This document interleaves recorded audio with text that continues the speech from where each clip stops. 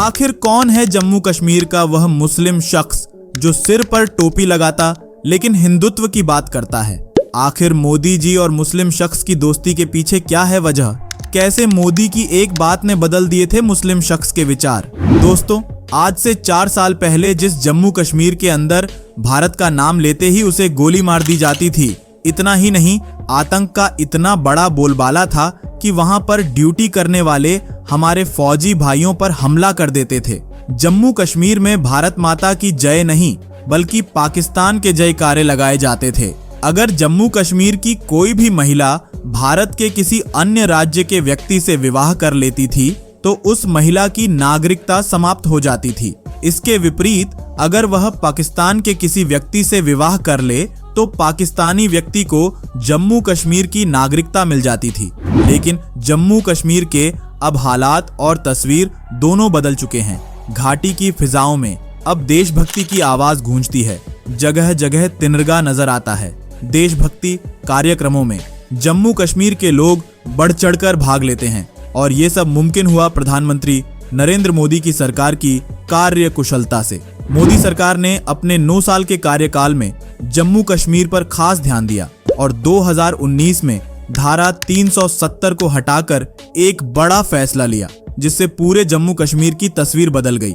ऐसा नहीं है कि प्रधानमंत्री मोदी जब पीएम बने तब से वह कश्मीर की बात कर रहे हैं। पीएम मोदी जब भारतीय जनता पार्टी में महज एक कार्यकर्ता थे तब से उनका जम्मू कश्मीर के साथ गहरा संबंध रहा है। उस समय भाजपा के कार्यकर्ता नरेंद्र मोदी ने एकता यात्रा के मुख्य आयोजक के रूप में कार्य किया था। वैसे तो मोदी जी को एंटी मुस्लिम माना जाता है और बताया जाता है कि वह हमेशा से ही मुसलमान के खिलाफ रहे हैं। लेकिन दोस्तों, जम्मू कश्मीर के अंदर मोदी जी का एक ऐसा भी मुस्लिम दोस्त है जो पहले एक आतंकवादी संगठन से जुड़ा हुआ था, लेकिन जब उसने जम्मू कश्मीर में मोदी जी के भाषण को सुना तो उसी दिन से वह बीजेपी में शामिल हो गया।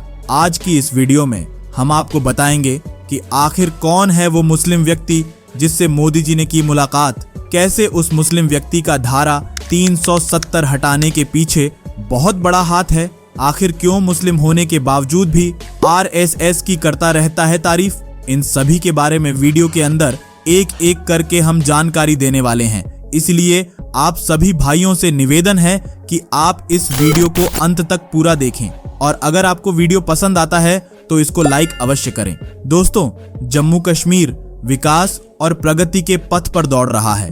जो युवा कुछ सालों पहले अपने हाथों में पत्थर उठाया करते थे, आज वो ही युवा अलग अलग क्षेत्र में अपना दमखम दिखा रहे हैं और शान से तिरंगे को अपने हाथ में लेकर भारत माता के जयकारे लगा रहे हैं। कश्मीर घाटी के लोगों में देश के प्रति अपार प्रेम उमड़ रहा है जिसका जवाब नहीं। यही वजह है कि आज जम्मू कश्मीर के लाल चौक पर शान से तिरंगा लहरा रहा है। लेकिन दोस्तों, आज से 30 साल पहले जम्मू कश्मीर के हालात बहुत खराब थे। वहां पर तिरंगा तो लहराना छोड़ो, लोग भारत माता के नाम का जयकारा नहीं लगा सकते थे। अगर कोई गलती से भारत माता की जय बोल देता था तो उसे वहीं पर गोली से उड़ा दिया जाता था।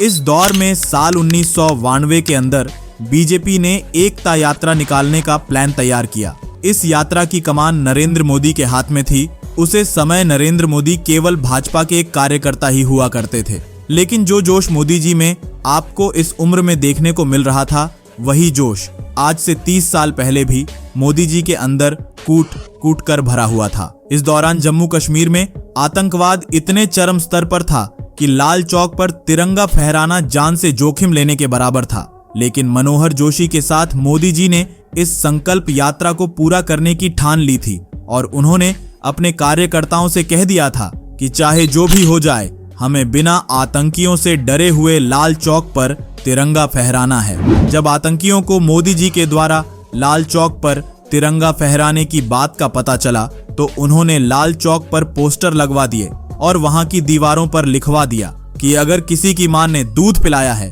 तो लाल चौक पर तिरंगा फहरा कर दिखाएं। जब मोदी जी और मनोहर जोशी को आतंकवादियों की इस चुनौती का पता चला तो मोदी जी ने एक भाषण के माध्यम से सभी कार्यकर्ताओं में जोश भर दिया और साथ ही मोदी जी ने कहा कि 26 जनवरी को अब लाल चौक पर जाकर ही फैसला होगा कि किसकी मां ने दूध पिलाया है।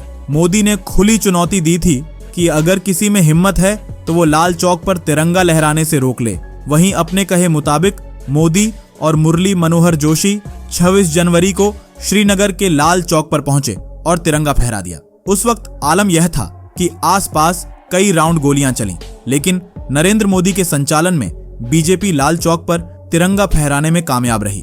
जिस समय मोदी जी लाल चौक पर तिरंगा फहराने के बाद भाषण दे रहे थे, वहां पर आतंकवादी संगठन से जुड़ा हुआ एक व्यक्ति जिनका नाम मोहम्मद अशरफ आजाद सुन रहा था। मोदी जी का भाषण इतना जोशीला था कि आतंकवादी संगठन से जुदा होने के बावजूद भी मोहम्मद अशरफ आजाद की पूरी अवधारणा ही चेंज हो गई। उस दिन से उन्होंने हथियार त्याग दिए और भारतीय जनता पार्टी के सदस्य बन गए। मोहम्मद अशरफ आजाद बड़गाम जिले के हकरमुल्ला गांव के रहने वाले हैं। आजाद को पीएम नरेंद्र मोदी का खास दोस्त बताया जाता है। पीएम मोदी 1993 में जब कश्मीर गए थे तो वो उनके घर पर भी रुके थे। हाल ही में नरेंद्र मोदी जी एक बार फिर से कश्मीर के दौरे पर गए हैं और फिर से उनकी मुलाकात मोहम्मद अशरफ आजाद से हुई।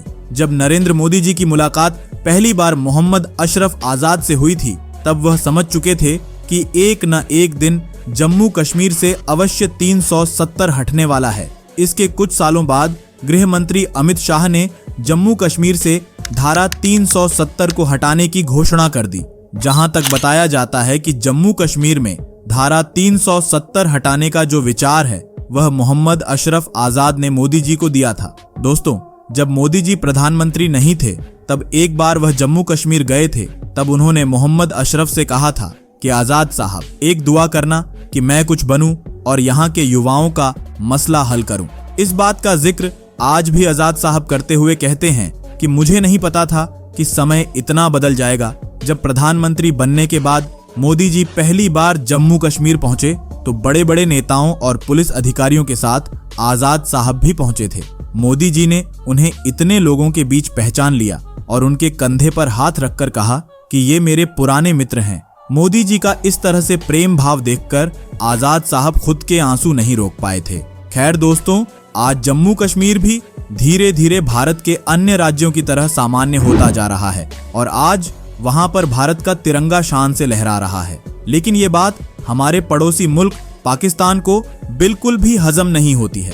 वह अंदर ही अंदर जम्मू कश्मीर में हो रहे बदलाव को देखकर जल रहा है। तभी तो कुछ समय पहले एक दक्षिण कश्मीर के संत साहिल जी महाराज को झंडा फहराने के बाद पाकिस्तान से धमकियां मिलना शुरू हो गईं।